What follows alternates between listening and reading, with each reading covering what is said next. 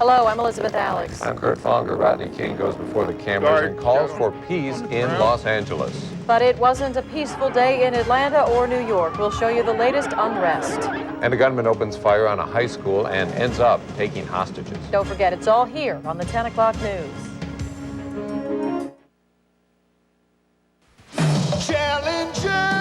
There's something you should know about pools. They're not created equal. Take the new 7986 Challenger pool as a case in point.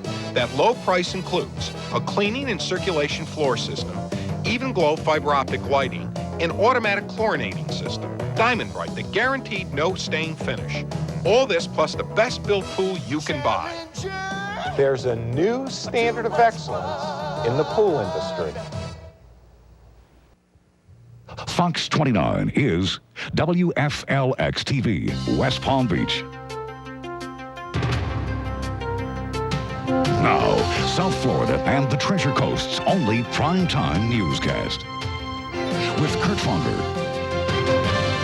and Elizabeth Alex.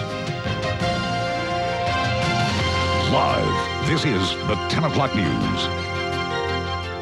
Greetings. By now, we all know the name Rodney King. Tonight, let's also mention Lewis Watson, Dwight Taylor, Arturo Miranda, Ira McCurry, and Matt Haynes. Those are the names of a few of the people who have died in the LA riots. The death toll has now risen to 36. Today, we finally heard from Rodney King and civil rights leaders. Now, let's go to a live report from Los Angeles. Los Angeles at this hour appears to be still relatively quiet. A calm enforced by thousands of police, guardsmen, and Army troops held in L.A. as President Bush asked the nation for peace, for a healing of hatred. The violence will end. Justice will be served. Hope will return. Mr. Bush also said he was sending in a contingent of U.S. Marines to help maintain peace, and he pledged a thorough investigation of potential civil rights charges against the 4 policemen who beat motorist Rodney King but were acquitted of brutality by a jury. The federal effort in this case will be expeditious, and it will be fair. It will not be driven by mob violence, but by respect for due process and the rule of law. As the president spoke, fresh contingents of National Guardsmen who have now been federalized and regular infantry units moved into position to prevent a recurrence of racial rioting that has racked the Los Angeles metro for more than 2 days. Can we all get along? Can we get along? Choking back tears, an emotional King begged for calm in a message that reverberated from coast to coast. We've got to quit. We've got to quit. Please, we can get along here. We all can get along. We just gotta, you know, I mean, we're all stuck here for a while. On the streets Friday, the cleanup began amid gutted buildings and lingering fires as damage estimates skyrocketed past the $500 million mark. Print shop owner Frank Pino was among the scores of riot victims who picked up the pieces of his shattered business and wondered why. It's just sad to see your own people doing it to yourself. I think we should stop and think about tomorrow. What's going to happen tomorrow? It's a question being shared by Los Angeles and the nation. The death toll stands at 38. The curfew is about to go into effect. So far, no major incidents this evening. This is Charles Zewe reporting live from Los Angeles. Well, they're thinking about tomorrow. Civil rights leaders went to the White House this morning to tell the president that stopping the L.A. rioting is only putting a cap on a deeply troubled community. Millions of black people are saying, are you saying to me that after we saw that videotape that these 4 officers are going to go free forever, nothing can ever be done? We want the issue of jobs dealt with. We want the issue of unemployment dealt with. We want the issue of poverty being dealt with in those communities. We want the issue of racism being confronted in those communities. And we assured the president that unless we did those things, you cannot cool a community just with troops. The civil rights leaders agreed that sending in the troops helped stop the violence. Atlanta is still simmering. Police using tear gas to break up a march today. More than 200 protesters wanted to march through downtown, but the mayor had forbidden it after yesterday's rally ended in violence. Some students threw rocks and bottles. Officers responded with tear gas. At least 1 person was hurt. A half dozen protesters were arrested in New York City after a crowd of 400 pushed into Madison Square Garden, the site of a hockey game tonight. The crowd chanted, "Prosecute the cops, peace now, justice now."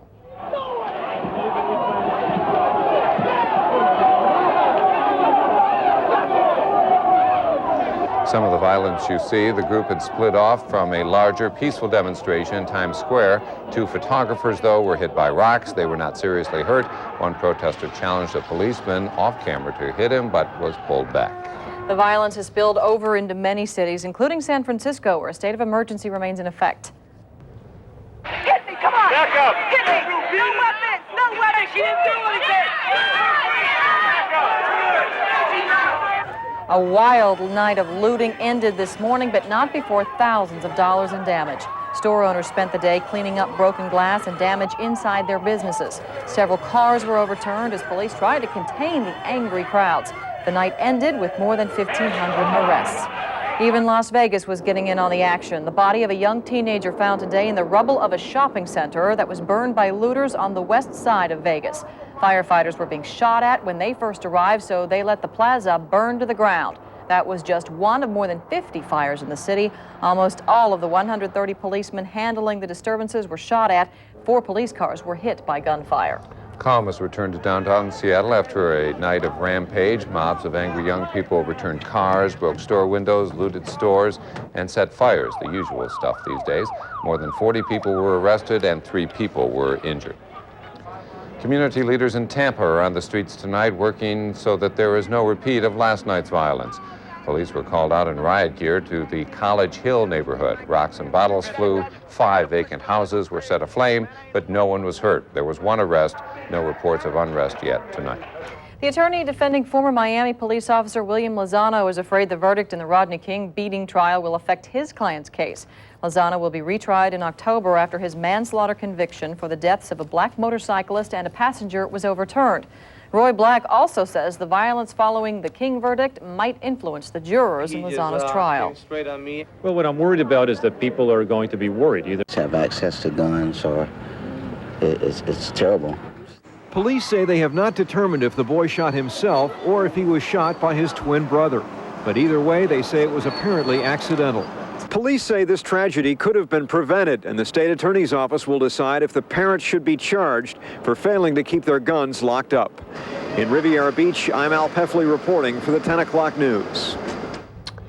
Obviously, a grim day of news. Indeed. Usually, though, here in the newsroom, we count on John Matthews to give us a little bit of sunshine when we are all feeling blue. Oh, I know. This has been a sad day with all kinds of news and stuff, but I've got some good news about our weather that I know everybody's looking forward to. Good to hear. Got some bright weather coming up for the whole weekend. As a matter of fact, I think today was just a precursor of events to come. I think we're going to have lots and lots of sunshine coming up for you all to brighten spirits tomorrow. Today's high was 83 degrees. Our record high was 93 in 1971, so that 83 is very, very nice, and it's right back where we ought to normally be, by the way. Rainfall, we zero out the numbers for the month of May, and we get you back into a beautiful month full of sunshine coming up. Here's what's going on the big map. A lot of high pressure, lots of clear skies across the country, and along with that sunshine and clear skies are record temperatures. Parts of Iowa into the 90s, Wisconsin, La Crosse, Wisconsin at 94 today, Dodge City, Kansas at 98, so almost 100 degrees there. So a lot of warm weather. And Kurt, up in your area of the woods there, up in Michigan, where your family is, Marquette, Michigan, 80 degrees. Oh. That's almost as warm as we were today. You know. They're swimming. Yes, that's summertime to them. Sun, and it's only May. But they have to chip through the ice first. Well, yes, I do. And we'll hear more from you later. We won't be chipping through any ice around this weekend, but we'll talk more about that in a few minutes. Wonderful. Thank you, John. Ahead here on the 10 o'clock news, we are going to have more in our continuing coverage of the upheaval in L.A. We'll take a look at mob mentality. Why the rule of law isn't the rule of the street. Actor Edward James Olmos tries to do his part to clean up L.A. We will show you a real fly-by-night operation. And we'll take you behind the scenes of Married with Children, so don't go away. The 10 o'clock news is coming right back. Can an obnoxious American TV family survive in the United Kingdom? The producers of Married with Children think the answer is yes.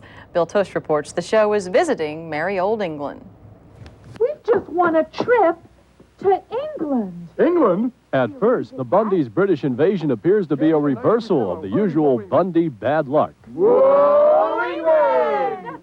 They think they win a contest and come to England, and they are treated like kings. But it turns out that the Bundys are not lucky contest winners at all. They were actually brought to the United Kingdom by the townspeople of a small English village. There's this curse on this town called Lower Uncton, and the only way that the curse can be lifted is if the 2 remaining male Bundys are killed. So they bring us here basically to kill us.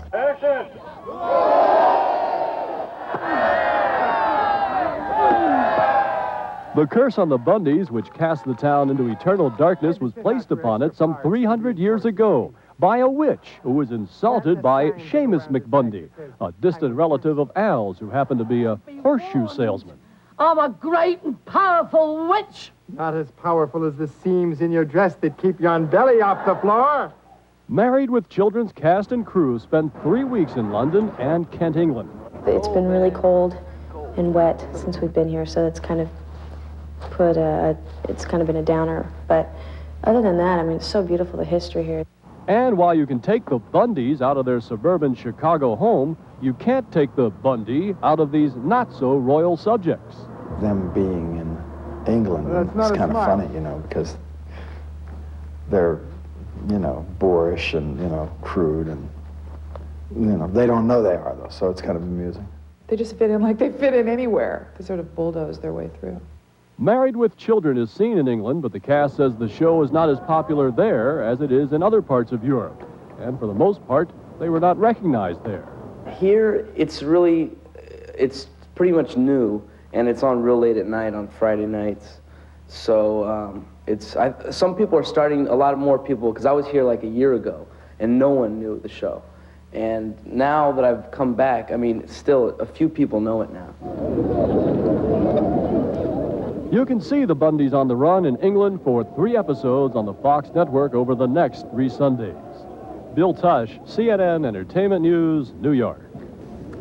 Elizabeth and I aren't recognized in England either. Fireworks lit up the sky over the Intercoastal in downtown West Palm Beach tonight, but the explosions were not the whole show, not at Sunfest.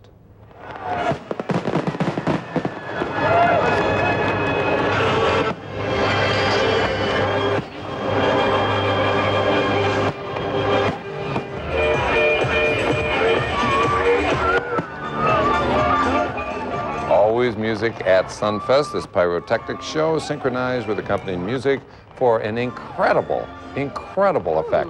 And it was all brought to you courtesy of us here at Fox 29. We did that. We did. Still ahead here on the Med Report, an all-new tabloid medical miracle. Can't wait. And the assault that captured a pawn shop's arsenal here on the 10 o'clock news. If you watch just one commercial today, let this be the one, because this weekend, the Steve Barnett Automotive Superstore gives you triple cash. If you have $1,000, match it with your $1,000 factory rebate, and Steve Barnett will discount another $1,000, a total discount of $3,000. That means brand new Subaru Legacy sedans for just $11,999 or just $199 a month. So hurry, triple cash ends soon at the Steve Barnett Automotive Superstore, US 1 between Fort Pierce and Port St. Lucie. 10 years of Sunfest begin April 29th with a 10th anniversary party. Get in free Wednesday night with your 92 souvenir pin. On sale now for just $1. Sunfest is bigger and better than ever with threatening to pull the trigger. Hudman's Vero Beach pawn shop fell prey to 4 masked robbers demanding guns. They come up like Rambo and come outside of a van just charged in here. Their orders were brief and frighteningly direct. Get on the floor, threaten to shoot me, and all this trash that they talk, you know, and put me down on the floor right there and told me to lay face down. The suspects then smashed glass cases, stealing 28 guns and rifles, including a Uzi. As soon as they left, I run to, I had a shotgun stage here, but it wasn't here. Right? They had it. And so I grabbed my .38 pistol and Hudman fired 4 rounds, all missing the robbers. From here, the suspects sped off, traveling south down US 1 to Fort Pierce, and that's where they were finally nabbed when their van collided with a sheriff's deputy's car. 23 weapons were recovered and seized by St. Lucie County deputies, many with Hudman's pawn shop tags still attached. A few guns are still missing and are believed to be with the 2 suspects who got away. Police say the 4 planned out the heist. They were staking it out. They had checked it out earlier in the morning, around 7:30. We had several neighbors tell us that they saw saw the van going through the neighborhood. The two arrested are being held at the Juvenile Detention Center in Fort Pierce. They are 15 and 16 years old. In Fort Pierce, Claudia Shea for the 10 o'clock news. That's our 10 o'clock news from Fox 29. Thank you for watching. Leslie Gale and John Gilbert will be here tomorrow and Sunday. And we leave you now with a song by Tom Petty called Peace in L.A., written after the riots. Have a good weekend. Good night. Peace in L.A. We need peace in L.A. Peace in L.A. Peace in L.A. Don't need beating and shooting. Don't need burning and looting. Tonight we all pray that our children are safe. There's hurt and frustration. There's a hard realization. But how can we help if we steal from ourselves? We need peace in L.A. Peace in L.A. Peace in L.A. We need peace in L.A. Peace in L.A. Whatever they say.